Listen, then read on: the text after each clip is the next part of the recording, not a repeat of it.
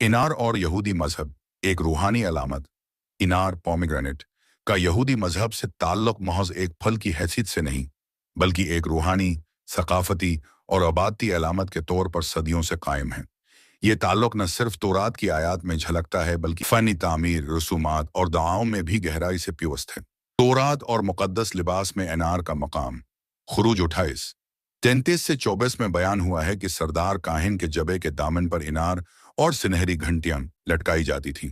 ये तरतीब न सिर्फ खूबसूरती बल्कि खुदा की हुजूरी में तरतीब, आज और पाकीज़गी की अलामत थी।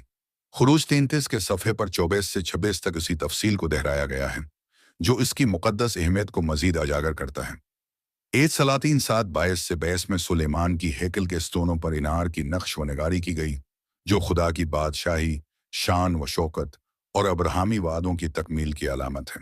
अलामती मफहूम और रूहानी तशबीहात। कसरत, बरकत और ज़िंदगी। इनार के सैकड़ों दाने यहूदी रिवायत में समरावरी, नस्लों की अफजाइश और अलही फैज़ की अलामत हैं। 613 दाने, 613 अहकाम तौरात। एक मशहूर रिवायत के मुताबिक इनार में 613 दाने होते हैं, जो तौरात के अहकाम की नुमाइंदगी करते हैं। अगरचा साइंसी तौर पर यह दरअसत नहीं, मगर यह अलामती तशरीह यहूदी तालीमात में गहरी जड़ें रखती है।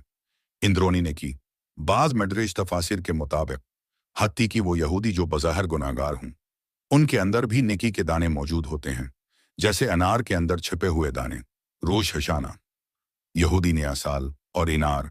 रोश हशाना पर इनार खाना एक रूहानी रस्म है। यह दुआ की जाती है, यही मर्जी हो कि हम नेकियों से अनार की मानंद भर जाएं।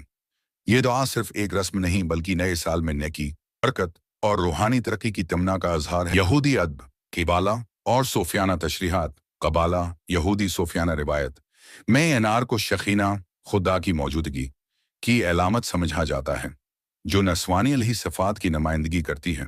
फिर हशायरम, सॉन्ग ऑफ सॉन्ग्स में अनार को मोहब्बत, खूबसूरती और रूहानी वसाल की अलामत के तौर पर पेश किया गया है। तेरी कंपटियां अनार के आधे टुकड़े की मानंद हैं। शेर हशरम 4:3।